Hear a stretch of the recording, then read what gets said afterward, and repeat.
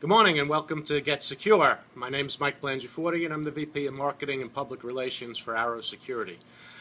Every Monday morning at 10 o'clock you can tune into thedailyblue.com, and that's BLU.com, and catch this show where we talk about current events, where we talk about, today we're going to talk a little bit about gang violence, and I'm pleased to have with me former Police Commissioner Rich Dormer.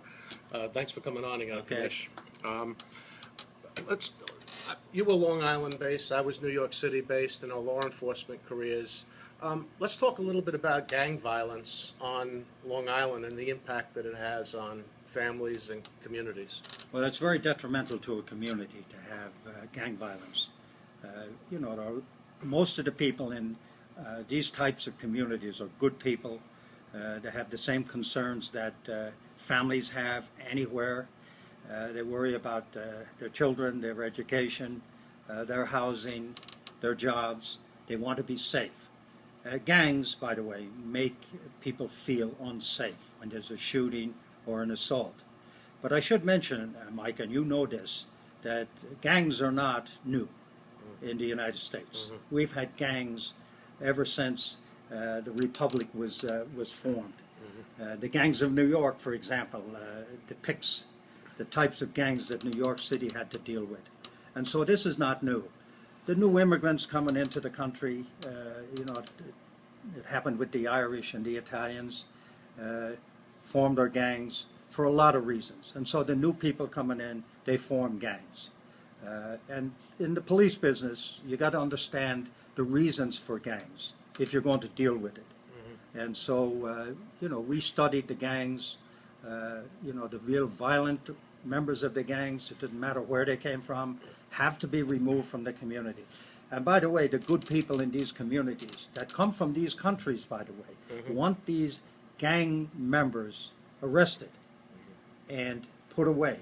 They don't want their children endangered by shootings and assault, and also by being recruited into the gangs, which is a major issue. The initiations, yeah, and also they're always looking for new recruits to come into the gangs. And youngsters are very impressionable, and they join gangs because it makes them feel big and powerful.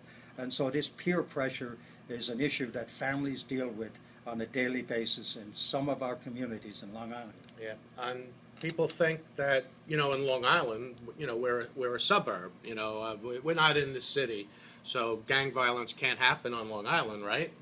We're not immune from this, no, not immune from this. We still have these issues, and some of them are very violent, as I mentioned. I mean, it's not just like a club where people get together and they talk about things and they stick together and they go to movies and they play baseball and that kind of thing. No, this is violence. Guns are used, knives are used, people die. Many times it's gang members, but they're usually young people, in the prime of life, and they're dead. But they also, as I mentioned, infect the neighborhood, mm-hmm. this violence, because people are afraid to go out at night. You shouldn't be afraid to go out at 10 o'clock at night to go to 7-Eleven mm-hmm. to pick up milk. Well, there's also all the gang rivalry, the territorial battles. But gangs are also like organized crime. I mean, some of them, there's robberies, there's assaults, there's burglaries, there's criminal mischief or vandalism. Almost like an organized crime. They just want to do bad. The good is maybe how they perceive it as this fraternal organization. Well, it's interesting that you mentioned that, because the Federal Bureau of Investigation, the FBI, along with the local law enforcement, have utilized the RICO statutes to go after the gangs. Because mm-hmm. you mentioned organized crime, yes. which was, you're organized to get benefit from criminal activity. And they've used the same statutes to go after the gangs. Very effective. And by the way, the penalties are very severe.